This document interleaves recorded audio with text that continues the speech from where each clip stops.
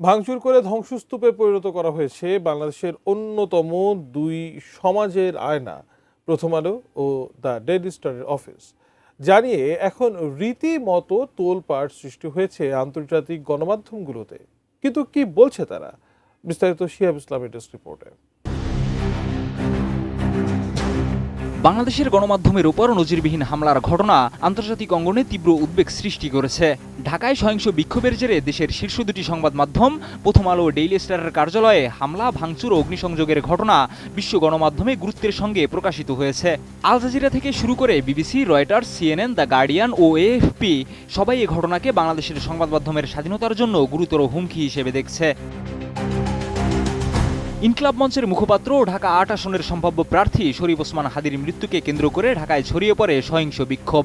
সেই বিক্ষোভের লক্ষ্যবস্তুতে পরিণত হয় দেশের প্রভাবশালী দুটি সংবাদপত্র প্রথম আলো ও ডেইলি স্টার।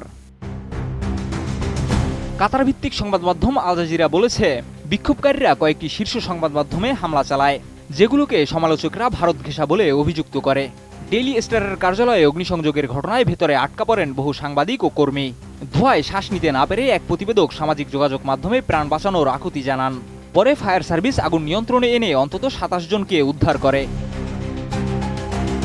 ব্রিটিশ বার্তা সংস্থা রয়টার্স বলেছে, এই ঘটনার জেরে ঢাকাসহ বিভিন্ন শহরে সহিংসতা ছড়িয়ে পড়ে।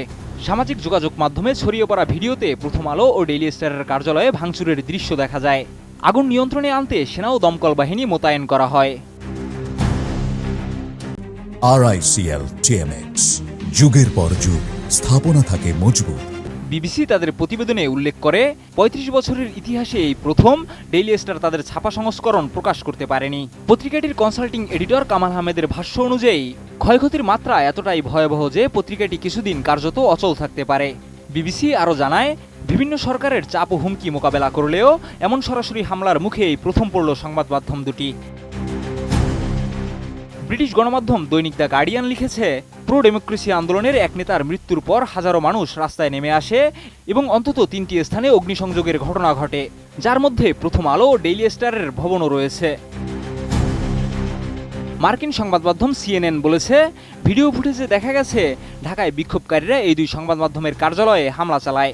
এছাড়া ফরাসি বার্তা সংস্থা এএফপি লিখেছে, আগুনে জ্বলতে থাকা ডেইলি স্টারের ভবন থেকে দমকল বাহিনী সাংবাদিকদের উদ্ধার করে। এএফপিকে ডেইলি স্টারের কনসাল্টিং এডিটর কামাল আহমেদ বলেন, পত্রিকার ইতিহাসে এই প্রথম প্রকাশনা বন্ধ রাখতে হয়েছে। প্রথম আলোর নির্বাহী সম্পাদক সাজ্জাদ শরীফ বলেন, এই হামলা কেবল দুটি পত্রিকার উপর নয়, এটি সংবাদ মাধ্যমের স্বাধীনতা, মত প্রকাশ ও ভিন্ন মতের উপর সরাসরি আঘাত। এএফপি আরও জানায়, আন্তর্জাতিক সংগঠন কমিটি টু প্রোটেস্ট জার্নালিস্টস এই ঘটনায় গভীর উদ্বেগ প্রকাশ করে বাংলাদেশ কর্তৃপক্ষকে সাংবাদিক ও সংবাদ মাধ্যমের নিরাপত্তা নিশ্চিত করার আহ্বান জানিয়েছে। বিশ্বজুড়ে যখন স্বাধীন সাংবাদিকতার গুরুত্ব বারবার তুলে ধরা হচ্ছে, তখন বাংলাদেশের এই ঘটনা আন্তর্জাতিক মহলে নতুন করে প্রশ্ন তুলেছে, যারা সমাজের আয়না তারা কতটা নিরাপদ। শিহাব ইসলাম, এটিএন নিউজ।